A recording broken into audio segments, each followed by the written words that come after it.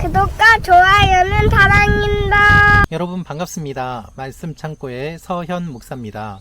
오늘도 시청해 주셔서 감사합니다.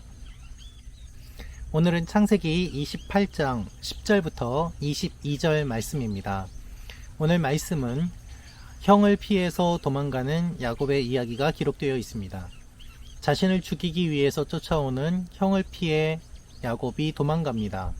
그리고 결혼할 배우자를 만나기 위해 길을 떠납니다. 그는 외로운 밤을 맞이합니다.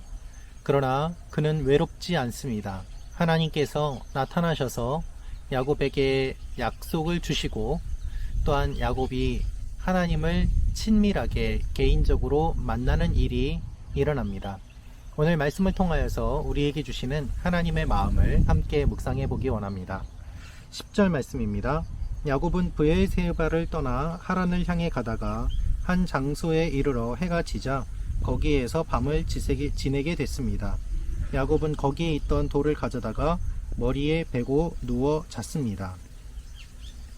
정확한 장소가 나와 있지 않지만 브엘세바를 떠나 하란을 향해 가다가 한 장소에 이르러 해가 지게 되었습니다. 이것을 보면 해가 질 때까지 그가 걸어갔음을 알 수 있습니다.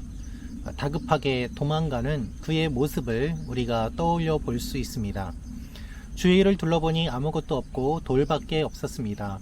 그래서 그는 피곤한 몸을 누이기 위해서 하나의 돌을 가지고 그 돌을 베고 잠이 들었습니다.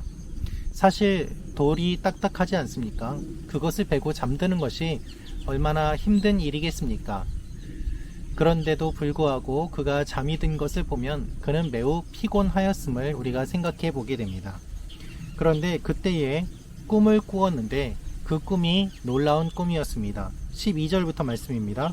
그가 꿈에 보니 사닥다리 하나가 땅에 서 있는데 그 꼭대기가 하늘까지 닿아 있었습니다. 그리고 하나님의 천사가 그 위에서 오르락 내리락 하고 있었습니다. 그가 꿈을 꾸게 됩니다. 그런데 사닥다리가 보였습니다. 그냥 사닥다리가 아니라 천사들이 위로 오르락 내리락 하는 것을 본 그런 환상이었습니다. 그런데 그때 하나님께서는 이렇게 말씀하십니다. 13절부터 말씀입니다. 그리고 여호와께서 그 위에 서서 말씀하셨습니다. 나는 여호와 곧 내 조상 아브라함의 하나님 이삭의 하나님이다. 내가 놓은 땅을 내가 너와 내 자손들에게 주겠다.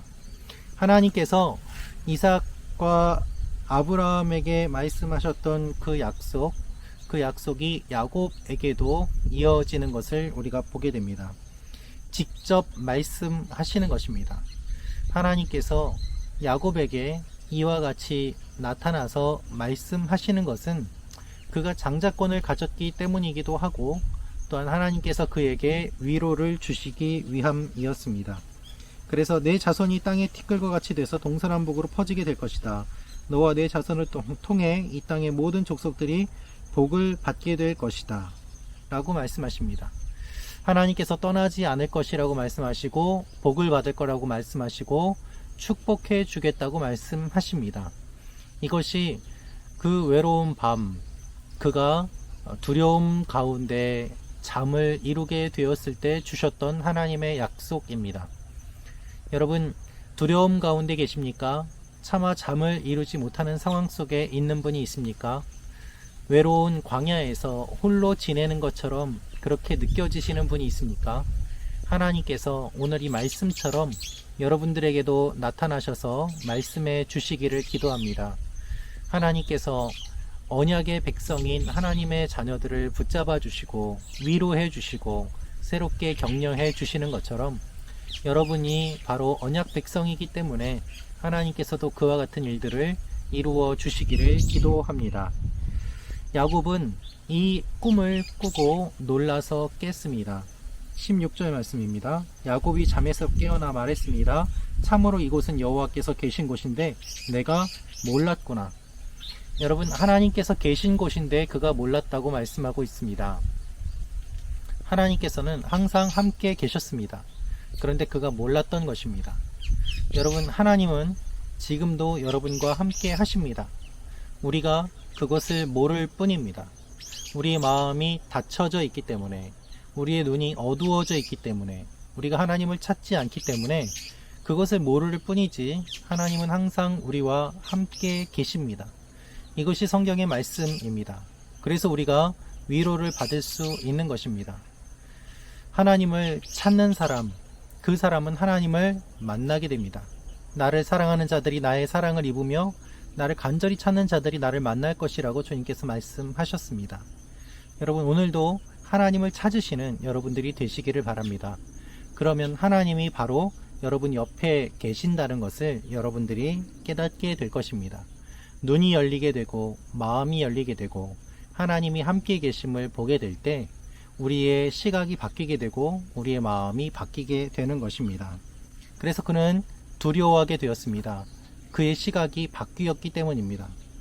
17절입니다. 그리고 그는 두려워하며 말했습니다. 이 얼마나 두려운 곳인가. 이곳이 바로 하나님의 집이며 이곳이 하늘의 문이구나.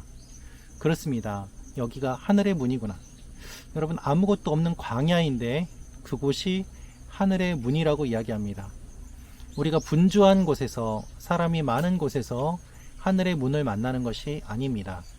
광야에 외로이 홀로 있을 때 내 마음이 가난해지고 낮아지고 내 마음이 갈급하게 하나님을 찾는 그때 하늘의 문을 경험하게 되는 것입니다. 그래서 그는 이렇게 이야기합니다. 기름을 붓고 그곳을 베델이라고 부릅니다. 그리고 그는 하나님께 이렇게 약속합니다. 22절입니다.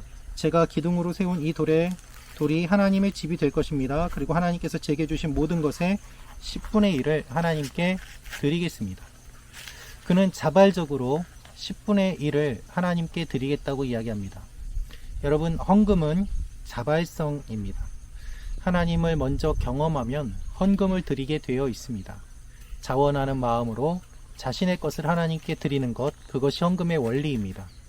따라서 11조를 드려야 되느냐 말아야 되느냐, 11조를 어떻게 드려야 되는가, 세금 전인가 세금 후인가, 그렇게 고민하는 것, 그것이 아니라 사실은 하나님을 사랑하는 것이 우선임을 우리는 기억해야 됩니다.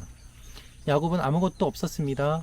그가 가진 것이 없음에도 불구하고 하나님께서 함께 하신 것을 경험하였기 때문에 내가 앞으로 10분의 1을 하나님께 드리겠습니다 라고 이야기를 합니다.